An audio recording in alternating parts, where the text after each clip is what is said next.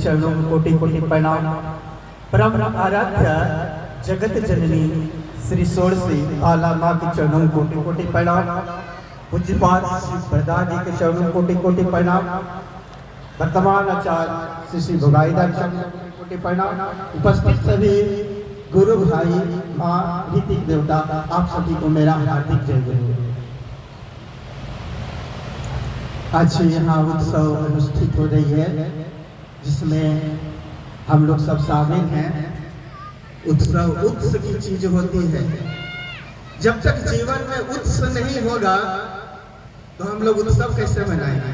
जीवन में उत्सव कैसे होगा? तो जो ठाकुर जी का विधि विधान दिए गए हैं उसको पालन करने से होगा। हम ठाकुर जी के पथ पर चले तभी हमारे जीवन में उत्सव आएगा और हम ठाकुर का उत्सव मनाएंगे। 2008 की बात थी। रसगुल्ला खाने का चक्कर में रसगुल्ला के लोभ में मेरी दीक्षा हुई थी। एक दादा थे, एक जगह सत्संग होना था और कहे चलिए ना आज हम पार्टी है रसगुल्ला का आनंद बाजार। रसगुल्ला खाने के लिए ले गए और वहां हमारी दीक्षा हो गई। हमको तो ठाकुर जी के बारे में कुछ समझ में आता नहीं था। ये ठाकुर क्या है ये सब बोलता था, जय गुरु। तो लगता था ये जय गुरु क्या है, हमको अच्छा नहीं लगता था। हमारे घर के बगल में एक दादा के यहाँ सत्संग होता था और हमेशा वह दिन रात बंदे पुरुषोत्तम जय गुरु चिल्लाते रहता था। हम कहते थे कि दादा के घर में चचा जो है ना सब बाले बच्चे पगला गया है, ये दिन रात बंदे पुरुषोत्तम करते रहता है। लेकिन उन्हीं के घर में सत्संग हुई और हमारी दीक्षा हो गई। तब हमको ऋतिक देवता बोले थे कि आप नाम ध्यान कीजिएगा, एक मंत्र दिए कि मंत्र जाप कीजिएगा। वो करते थे, समझ में नहीं आता था। एक बार की बात है, मेरा गांव का नाम मंझवे है, जहां एक छोटा सा रेलवे स्टेशन है मंझवे हॉल्ट। मंझवे हॉल्ट से नवादा की दूरी 40-45 किलोमीटर की है। और सवेरे सवेरे ये जो ट्रेन जो गया से झाझा जाती है, उस ट्रेन को पकड़ने के लिए मैं स्टेशन पर गया। उस समय जून जुलाई की बात थी। बहुत सारे लेबर गुरु भाई दादा लोग सब आ रहे थे ईंट भट्ठे से काम करके, और पूरी गाड़ी उन्हीं लोग से भरा हुआ था, पूरा खुला। मैंने किसी प्रकार से ट्रेन में तो चढ़ गया, लेकिन बहुत चाहने के बाद भी अंदर नहीं जा पा रहा था। किसी तरह मैं घुस कर 2-3 कदम और अंदर गए और जाकर खिड़की के सामने खड़ा होने का कोशिश किए। सभी लेबर लोग भरे हुए हैं, इधर भी लेबर इधर भी लेबर, सभी लोग उसके बहुत सारे उसके बोरे बस्ते सब रखे हुए थे। और जो सिंगल वाली सीट होती है उस सीट को पकड़कर मैं ऐसे खड़ा था और सिंगल सीट के आगे पीछे लेबर लोग बैठे हुए थे। तो कुछ देरी जब ट्रेन चली, ट्रेन जो ही तिलैया पहुंचने वाली थी तो लगा कि तिलैया में और बहुत ज़्यादा भीड़ होगा। लेबर लोगों ने कहा कि आप मेरा बोरा पर बैठ जाइए। हमको लगा कि इधर में ये है इधर में ये है। उन लोग नहाए हुए नहीं था, एक स्मेल बदबू आ रही थी, मैं दूर हट रहा था। लेकिन उन्होंने कहा, दूसरे ने एक बार कहा कि आप बैठ जाइए मेरा बोरा पर, मैं नहीं बैठा। फिर दोबारा कहा, फिर भी नहीं बैठे। संजोग की बात हुई कि तीसरा बार उन्होंने मुझे कुछ नहीं कहा, मेरा हाथ पकड़ के खींच के वो अपने बोरा पर बैठा दिया। जो ही मैं बीच वाली बोरा पर बैठा तो ट्रेन के ऊपर वाली लगेज पर रखा हुआ बड़ा सा बस्ता वहीं गिरा जहां मैं खड़ा था। अगर वह मुझे नहीं बैठाया होता तो उसकी बस्ता मेरे सर पर गिरती और गिरने के बाद मुझे चोट भी लगता। एक भाई को चोट भी लग गया और ट्रेन में टकराकर वो बस्ता नीचे गिर गया। हमको उस समय अनुभूति हुआ, क्योंकि उस समय घबराहट की स्थिति था भीड़ भाड़ के वजह से। तो उस स्थिति में दादा बोले थे नाम ध्यान हमेशा करना। तो कभी कभी ऐसी स्थिति में मैं हमेशा नाम करते रहता था और नाम के दौरान ही मेरा हाथ खींचा था।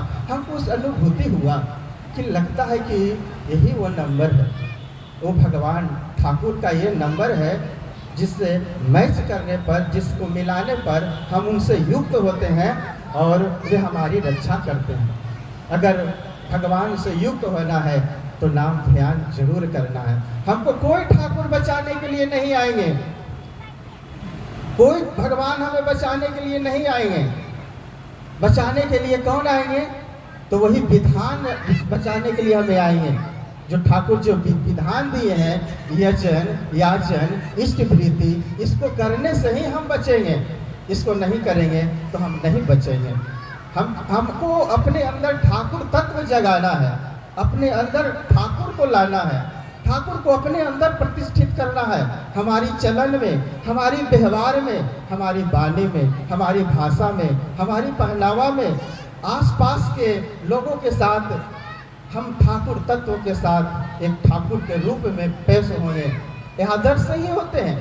हम लोग अपने बच्चों के शिक्षक होने के नाते, मैं बच्चों को पढ़ाता हूँ कि आपके आइडल पर्सन, बच्चे रट्टा मार लेते हैं, मेरे आइडल पर्सन स्वामी विवेकानंद, इससे कह देते हैं। लेकिन बच्चे को शिक्षक यह कभी यह बोध नहीं कराते हैं कि तुमको स्वामी विवेकानंद बनना है। That's his my lord Shri Shri Thakur Anukul Chandra, ये हमारे गुरु हैं। His my idol, I have to follow the idol of Shri Shri Thakur Anukul Chandra. जब ठाकुर के हम अपने अंदर उनकी तत्व को, उनकी चलन व्यवहार को अपने अंदर अपना लेंगे तो फिर ठाकुर और हमारे अंदर बहुत विशेष फर्क नहीं रह जाएगा। हम ठाकुर जी के नजदीक पहुंचेंगे। अब तभी हमारी मुक्ति है, तभी हमारी उन्नति है। ऐसे कहा यजन, यजन तो वही है जो हम अपने जीवन में लागू करते हैं। नाम ध्यान करना, इष्ट प्रीति रोज करना। आजन क्या है? आजन तो ये करने की आवश्यकता नहीं है, आजन स्वतः हो जाएगा।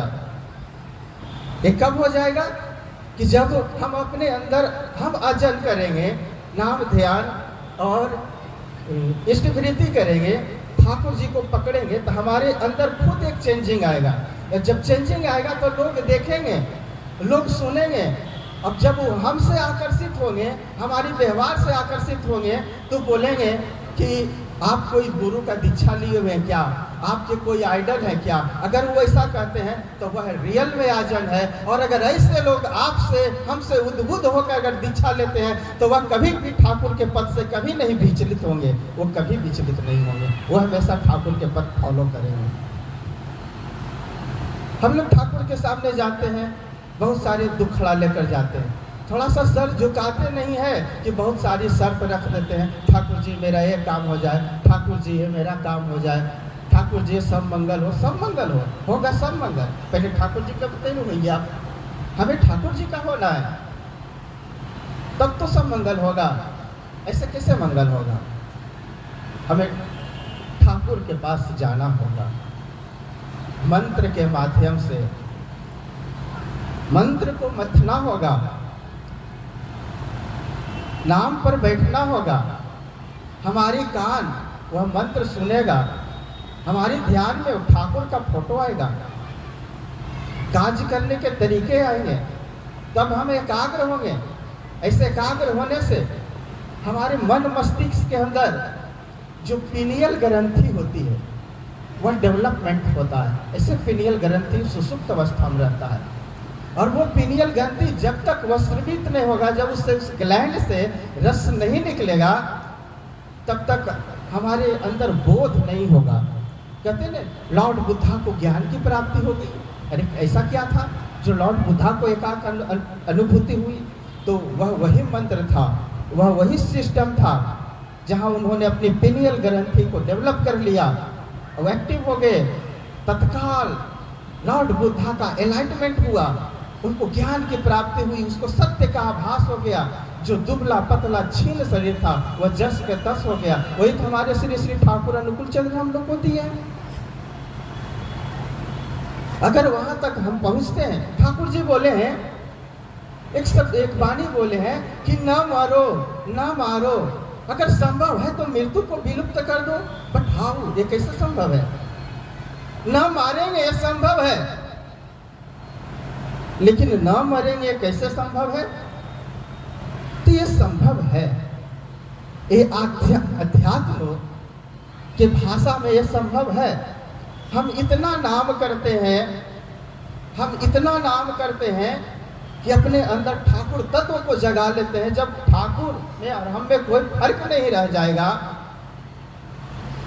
तो उस अवस्था में हमें सब कुछ आभास होगा।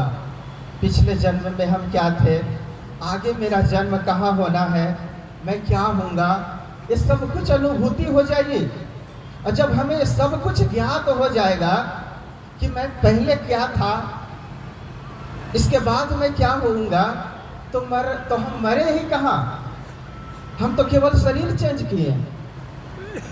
इसलिए कहें कि ठाकुर न मरो नहीं मारो, संभव है तो मृत्यु को अपलुप्त कर लो। यानी ठाकुर को हम इतना इस जीवन में अपना लें, उनके पथ पर हो जाए कि मरना